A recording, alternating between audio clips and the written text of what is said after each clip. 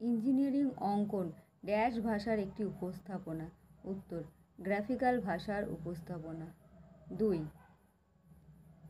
সমতল জ্যামিতি বোঝার জন্য ব্যবহৃত সঠিক পূর্বশর্ত ড্যাশ জ্যামিতিক নির্মাণ। 3 নম্বর কোশ্চেন, ড্যাশ বাহু দ্বারা আবদ্ধ একটি সমতল চিত্রকে হেপ্টাগন বলা হয়।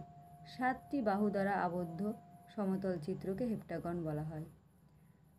5টি বাহু দ্বারা আবদ্ধ একটি সমতল চিত্রকে ড্যাশ বলে, পেন্টাগন বলে। একটি সমবাহু ত্রিভুজ ড্যাশ দ্বারা গঠিত হয়। উত্তর, সমান বাহু এবং সমান কোণ দ্বারা গঠিত হয়। একটি ত্রিভুজের 3টি অভ্যন্তরীণ কোণের সমষ্টি কত? 180 ডিগ্রি। 7 নম্বর কোশ্চেন, বিভিন্ন জ্যামিতিক আকার আঁকার জন্য কোন পদ্ধতি ব্যবহৃত হয়? জ্যামিতিক নির্মাণ।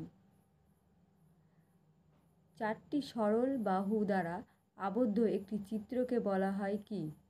চতুর্ভুজ বলা হয়।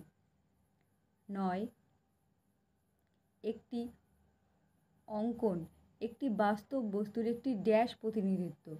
একটি বাস্তব বস্তুর ছোট প্রতিনিধিত্ব।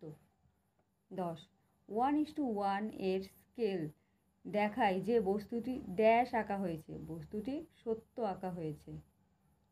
11 নম্বর কোশ্চেন, প্রযুক্তিগত অঙ্কনের জন্য সাধারণ কাগজের মাপ হলো dash a format. 12 number question, একটি অঙ্কন একটি ড্যাশ বস্তুর একটি গ্রাফিক্যাল উপস্থাপনা।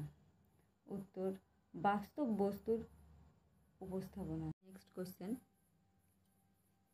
ড্যাশ লাইনগুলি কাল্পনিক বৈশিষ্ট্যগুলি নির্দেশ করে বা দেখায়, যেমন একটি অংশের চলমান অবস্থান। Phantom line.